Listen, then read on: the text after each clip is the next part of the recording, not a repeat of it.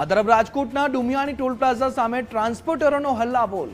ગાંધી ચિંધ્યા માર્ગે ગુલાબના ફૂલો સાથે અનોખો વિરોધ તેમના દ્વારા નોંધાવવામાં આવ્યો છે।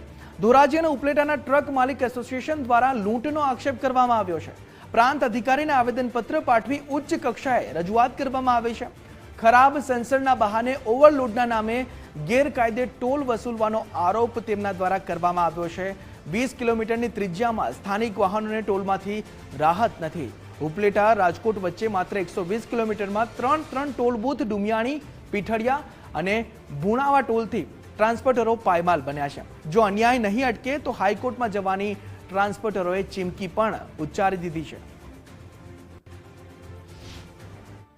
અમારી માંગ એ છે કે ઉપલેટા ટોલ નાકે ના સેન્સર છે એ અત્યંત ખરાબ છે।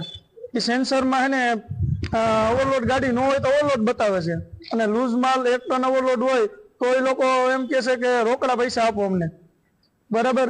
અને ત્યાંના લોકલ જે કોઈ છે એના માણસો રાખેલા ઉપલેટા ટોલના એ લોકો અમને એવી ધમકી આપે છે કે કાં તમે ગાડી વેચી નાખો અને કાં પછી તમે કે ટોલ નાકે આવતા નહીં ક્યારેય ગયા। ધોરાજી ઉપલેટા ટ્રક ઓનર્સો આજે અમે સાથે મળી અને ડેપ્યુટી કલેક્ટર સાહેબને આવેદન પાઠવવા આવ્યા છે।